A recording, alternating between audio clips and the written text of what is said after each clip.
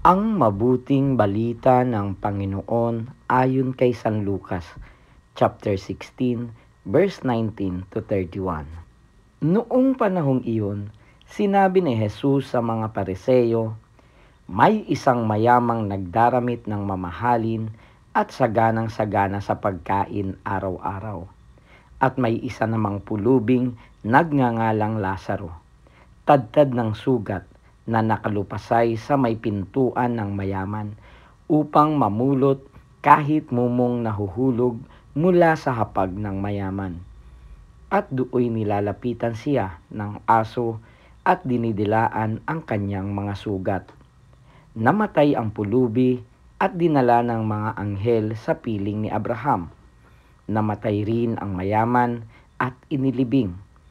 Sa gitna ng kanyang pagdurusa sa Hades, tumingala ang mayaman at kanyang natanaw sa malayo si Abraham, kapiling ni Lazaro. At sumigaw siya, Amang Abraham, mahabag po kayo sa akin. Utusan ninyo si Lazaro na isawsaw sa tubig ang dulo ng kanyang daliri at palamigin ang aking dila, sapagkat naghihirap ako sa apoy na ito.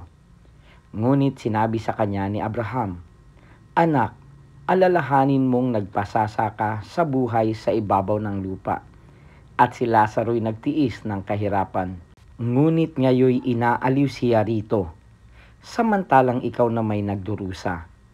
Higit sa lahat, inilagay sa pagitan natin ang isang malaking bangin upang ang mga narini ay hindi makaparian at ang mga nariyan ay hindi makaparini.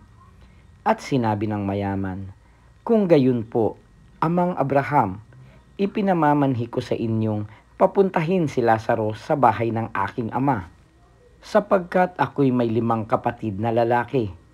Paparoonin nga ninyo siya upang balaan sila at nang hindi sila humantong sa dakong ito ng pagdurusa. Ngunit sinabi sa kanya ni Abraham, nasa kanila ang mga sinulat ni Moises at ng mga propeta. Pakinggan nila ang mga iyon. Hindi po sapat ang mga iyon, tugon niya. Ngunit kung pumunta sa kanila ang isang patay na muling nabuhay, tatalikdan nila ang kanilang mga kasalanan.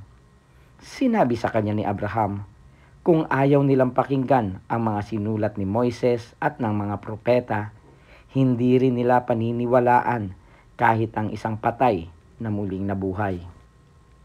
Ang mabuting balita ng Panginoon. Pinupuri ka namin, Panginoong Hesukristo.